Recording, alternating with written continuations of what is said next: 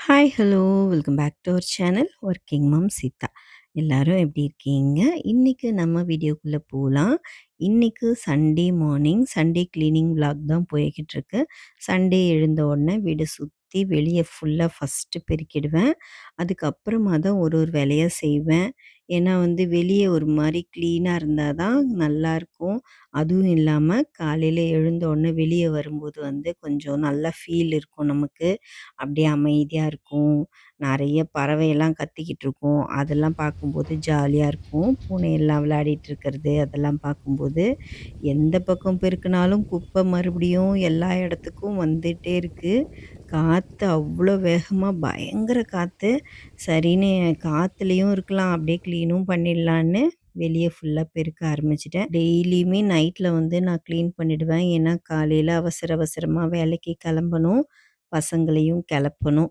இன்னொரு ஒரு விஷயம் என்னன்னா, நைட்டு சாப்பிட்ட உடனே கொஞ்சம் அப்படியே நடந்தா நல்லாருக்கும்ல.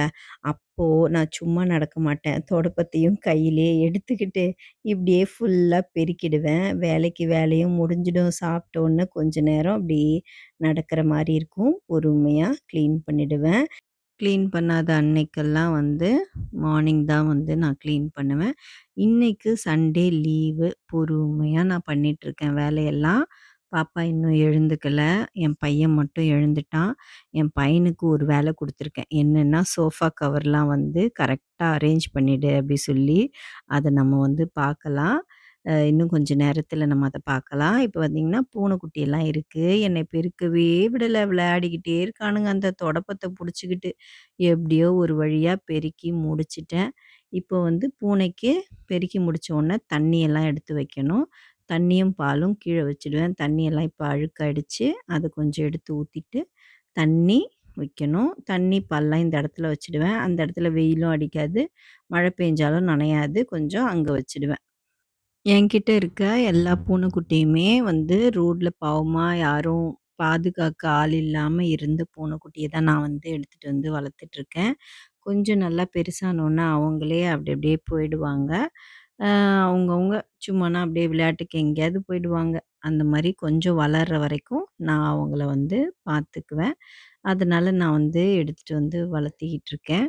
அவங்களுக்கு கொஞ்சம் சாப்பாடு, தண்ணி எல்லாத்தையும் டெய்லியும் காலையில வச்சுடுவோம். மறுபடியும் ஈவினிங் வந்தோனே சாப்பாடு எல்லாமே பார்த்துப்போம். என் பையன் வந்து இப்போ சோஃபா கிளீன் பண்ணிக்கிட்டு இருக்கான். அவனுக்கே தெரியாது. நான் இத வந்து இந்த கிளிப்பிங்ஸ் எடுத்தது அவனுக்கே தெரியாது. எப்படியோ எடுத்தேன். நெறைய நேரம் நான் வீடியோல காட்டும்போது, பாப்பா தான் சோஃபா கவர்லாம் போட்டுட்ருக்கோம். என் பையன் எதுவும் போட மாட்டானான்னு எல்லாரும் நெனச்சிருப்பீங்க. அவனும் எனக்கு ஹெல்ப் பண்ணுவான். நெறைய ஹெல்ப் பண்ணுவான். நான் வந்து மோஸ்ட்லி அவன் வந்து இப்ப பெரிய கிளாஸ் போயிட்டனால, அவன்கிட்ட அவ்வளவா எதுவும் சொல்றதில்ல. ஏன்னா வந்து கொஞ்சம் நல்ல மார்க்கெல்லாம் எடுக்கணும் அப்படின்றதுக்காக, பாப்பாகிட்டயும் கொஞ்சம் கொஞ்சம் ஹெல்ப் தான் நான் கேட்பேன். நெறைய வேலையெல்லாம் இருக்காது. சும்மா சோஃபா கிளீன் பண்றது, வீடு எப்பயாவது பெருக்கிடுங்க, நான் வரேன் லேட் ஆயிடும், வேலைக்கு போயிட்டா, அந்த மாரி ஹெல்ப்லாம் பண்ண சொல்லுவேன். சும்மா ஒரு 10 நிமிஷம், 5 நிமிஷம் ஹெல்ப் தான். அதையும் அவங்க நான் கேட்குறப்பலாம் பண்ணிடுவாங்க. அரிசி வந்து ஆல்ரெடி இருந்தது. இந்த ட்ரம் வந்து பார்த்தீங்கன்னா, நான் கோவிட் டைம்ல தண்ணி வந்து குடிக்க வந்து வீட்ல கொஞ்சம் நல்லா இல்ல. அதனால குடிக்கிற தண்ணியெல்லாம் ஊத்தி வச்சுக்கிறதுக்காக கோவிட் டைம்ல வாங்குன ட்ரம் தான் இது. சரின்னு நான் அத அரிசி போட்டுக்க அப்படியே யூஸ் பண்ணிட்டேன். இப்போ ஓவன் இருக்க இடத்துல தான் நான் வந்து அரிசி ட்ரம்லாம் ஒரு ஓரமா வச்சிருந்தேன். ஆனா பசங்க கிட்ட ஓவன் யூஸ் பண்ண பயமா இருக்குன்னு ஓவன் கீழ வச்சுட்டனால, அரிசி வந்து சிலிண்டர் பக்கத்துல நான் வச்சுக்கிறேன். ஏன்னா வந்து, அங்க அவ்வளோதான் ஸ்பேஸ் இருக்கு. அப்பதான் எனக்கு கொஞ்சம் ஓரமா இருக்கும் அப்படின்றதுக்காக, சிலிண்டருக்கு பக்கத்துல கொஞ்சம் ஸ்பேஸ் இருக்க இடத்துல நான் வந்து அரிசி ட்ரம் வச்சுக்கிறேன். கிச்சன் மேடையெல்லாம் கிளீன் பண்ண போறேன். கிச்சன் மேடையில இருக்கிறது எல்லாமே வந்து நான் வீக்லி ஒன்ஸ் பேப்பர்லாம் மாத்தி கிளீன் பண்ணிடுவேன். இன்னைக்கும் அதே மாரி பேப்பர்லாம் மாத்தப் போறேன். அப்பதான் அந்த வாரம் முழுக்க வேலைக்கு போம்போது கொஞ்சமாவது கிளீனா இருக்கும். ஏன்னா டெய்லியும் அவசர அவசரமா கிளம்பிட்டு, மறுபடியும் அப்படியே இருந்தாக்கா, ரொம்ப ஒரு மாதிரி இருக்கும். இப்பதைக்கு என்னோட வெங்காயம், தேங்காய் இதெல்லாம் வந்து இந்த மாரி ட்ரேல தான் போட்டு வச்சுக்கிட்டு இருக்கேன். ஏன்னா வந்து ஏற்கனவே இருந்ததெல்லாம் உடைஞ்சு போயிடுச்சு. இப்போ வந்து இந்த ஃபில்லப் பண்ண வேண்டியது காஞ்ச மிளகா அதெல்லாம் கொஞ்சம் இருந்தது. அதெல்லாம் எடுத்து வச்சுக்கிட்டேன். மாம்பழ சீசன் வந்து முடியப்போது. மாம்பழ சீசன் முடியறதுக்குள்ள பசங்களுக்கு நெறைய வந்து மாம்பழம் குடுத்துறணும் அப்படின்றதுக்காக, வீட்ல நெறைய மாம்பழம் அடிக்கடி வாங்கிட்டு வந்துடுறேன். விலையும் கம்மியா இருக்கு. அதனால மாம்பழமும் வந்து விரும்பி சாப்பிடுறாங்க.